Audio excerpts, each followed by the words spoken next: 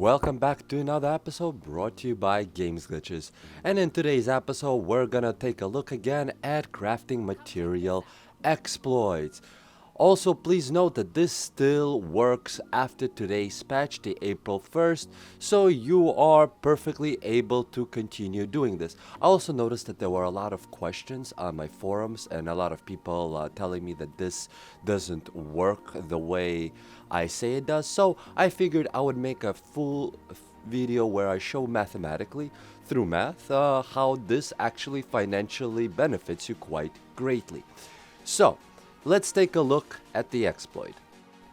First things first, we're gonna start by taking a look what you get by breaking down a purple weapon. We're gonna take, let's say, this one SRS A1, and we're gonna deconstruct it so one can see how much you get. As you could see here, I got 2 weapon parts for the gun and 1 green tool for deconstructing the scope.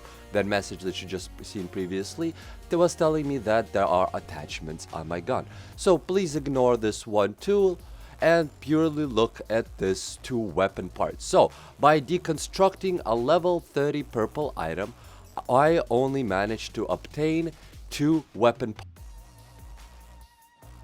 Now, to sell a purple weapon, as you could see, they range somewhere from 6,000 to 6.5.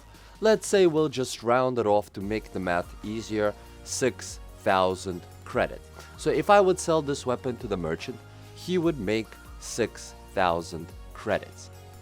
Now, instead of selling the weapon to the merchant, what you need to do, as I mentioned in previous video, is come up to your stash and place the weapon into your stash.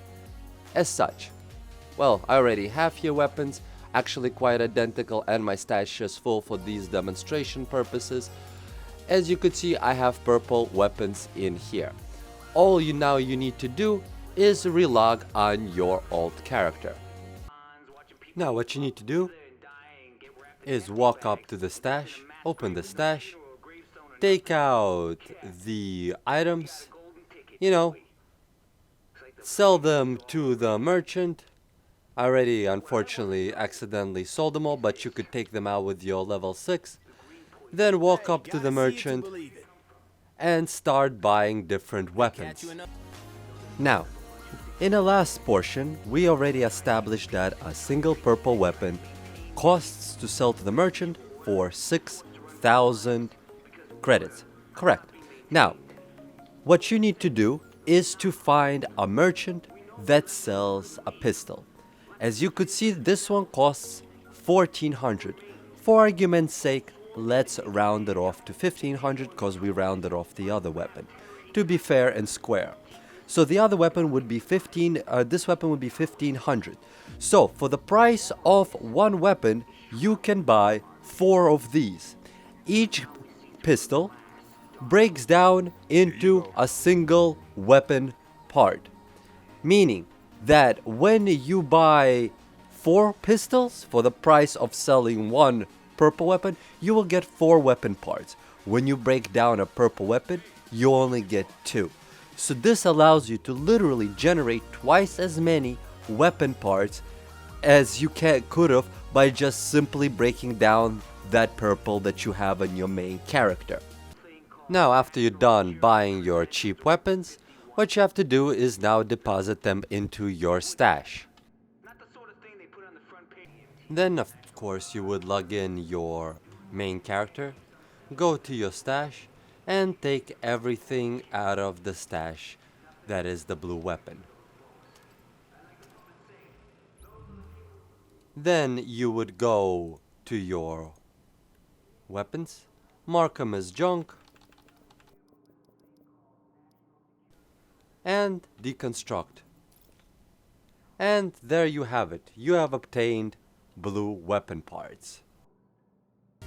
Also, this allows you to not just farm weapon parts.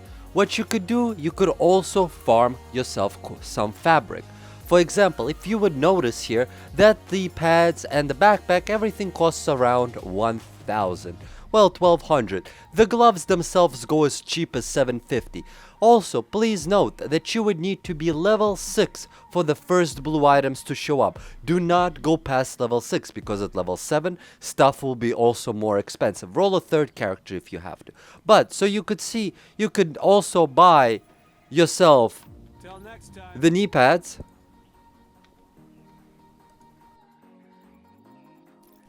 break them down, and you automatically get one fabric also. So you don't have to just sell the weapons to the merchant. You could also sell all of your other equipment, so you could get any other components that you could possibly desire. One of the best ways that I found of doing this is going through all the safe houses, because you kind of never know where the gun is going to spawn. So at level 6 I have went into every safe house and just unlocked it, which allows you to fast travel between them. There is going to be two things that I'm going to recommend. That if you're going to do this, please install or reinstall, if you haven't had already installed, the Division onto SSD hard drive. The loading times are quite brutal once you're switching between two characters. And the second thing would be doing this at one of the safe houses. For one simple reason, that if you do it at the base of operation, you spawn outside and then you have to walk inside, which wastes time. Or you could just go to the safe house and do it there much quickly and much more efficiently. Well guys, thank you all again for tuning in to another video on the Division. I hope you all enjoyed this exploit, and I hope you all would craft yourself the best gear possible within the world of Division.